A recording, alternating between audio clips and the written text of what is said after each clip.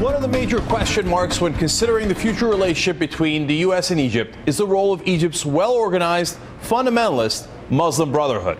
The group has been one of the main opposition parties in Egypt, but throughout the recent protests, they've kept a low profile. And while they're participating in the uprising, they've held back on hardline Islamic rhetoric. And they agreed to support the secular, liberal Mohammed al-Baradei as the lead spokesman for the opposition. But so far, the U.S. has had no official contact with the Muslim Brotherhood. And today, White House Press Secretary Robert Gibbs said the White House would not deal with them or with any opposition group until they were assured the groups will follow the law, that they are nonviolent, and that they are willing to be part of a democratic process. So the question remains, if President Mubarak steps down and the political games begin, how will the Muslim Brotherhood factor in, and what does it mean for America? For more, let me bring in NBC's chief foreign correspondent, Richard Engel, in Cairo. Richard, I understand that you just did an interview today with one of the top leaders of the Muslim Brotherhood. What did he say? He said that the group is participating in a major way in these demonstrations, and he said that it is a reasonable organization. He was trying to make an appeal that the Muslim Brotherhood can be dealt with. It is willing to compromise. It wants to be an international player. It will abide by democratic laws. He was saying that for many years, for decades, in fact, different Egyptian governments have slandered the Muslim Brotherhood because they felt threatened by it. That was the message that he was trying to convey. He was also talking about the opposition, how they want to topple Mubarak, and how they are helping in every way they can to organize the demonstrations. His main message, though, was they're willing to be reasonable actors. Well, Richard, my understanding is that you've lived a while in Egypt before and that you spent some time with the Muslim Brotherhood. Tell us about that and how that informs whether you took what the leader said today as fairly honest or not. Well, they were clearly positioning themselves. I lived in Cairo for 4 years when I first started out in this business, and I was living in a very, very poor neighborhood. And a lot of the people, almost all of my neighbors, were supporters of the Muslim Brotherhood. At the time, it was a much more covert organization than it is now. They always had an office, but you couldn't really visit them. There was always, if you went to go visit them, you knew that the plainclothes policemen were watching you.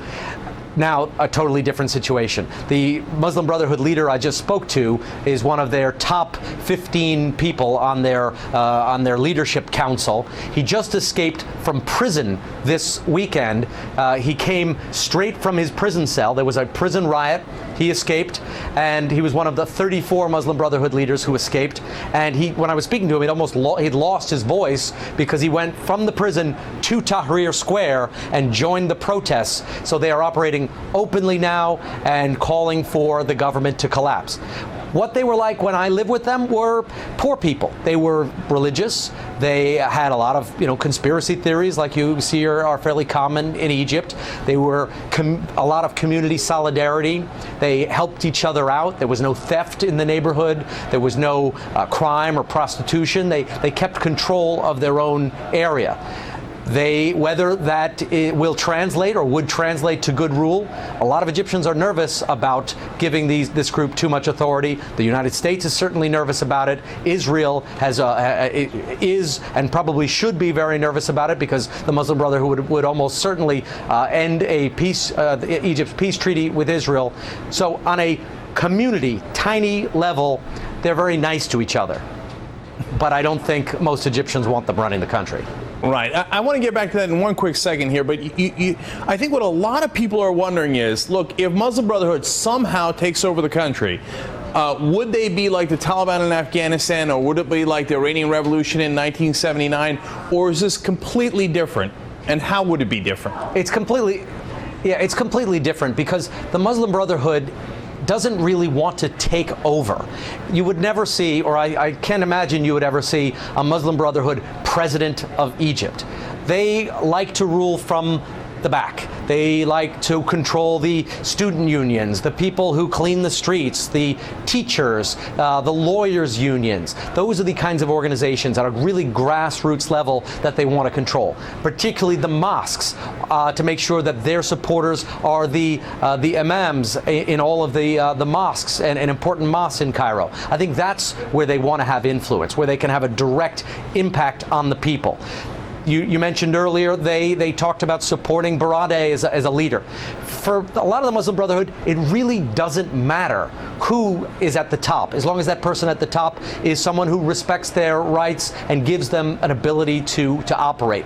They would accept a military leader. They would accept Baradei. That hasn't been the problem. They've been angry with Mubarak and the previous regimes against him because Mubarak has criminalized the organization. So would they behave like the Taliban, forbidding women going to school and stuff? No, they don't have that agenda, but they certainly do have a much more Islamic agenda. Egypt would certainly change. So, Richard, the way that this realistically works out, they don't have any sway over the army, right? It's not like the army's going to come in and say, all right, now Muslim Brotherhood is leading Egypt. That's not conceivable. So they would just enter an election, and if they got a certain percentage, that's the percentage they'd get, and they'd be one of the parties. Is that roughly right? That's exactly right. That is right. That's what they want. They want a open election. They want a parliamentary system. They want to weaken the role of the president, because right now it's a parliamentary system, but the parliament is almost meaningless. The president rules Egypt and rules it through the army. They want a more of a European-style parliament with political parties, and if that political party gets the most seats, it can choose a prime minister and have elections, and governments rise and governments fall. Under that kind of system, they would certainly have a lot more influence than they do now. That seems perfectly normal. So one last question for you, Richard, then. As a percentage of the population in Egypt, how popular are they? Are they likely to win the national elections and form a government or not? They are pretty popular. It's hard to know because they've never been calculated in any of the official censuses or official political estimates, but on a grassroots level, they are very organized. They control a lot of the unions and syndicates, so they have a natural organization structure, and they do have a lot of influence through the mosques. It should not be forgotten that this protest movement really kicked off steam when the demonstrators left mosques on last Friday and moved out into the streets. So the mosques can be and have always been in this region a galvanizing force. Since they have a lot of power in the mosques, they have a lot of power on the streets. If elections were to take place, if they didn't win them, they would certainly emerge very, very strong. All right, NBC's chief foreign correspondent Richard Engel, excellent information. Thank you so much for your time tonight.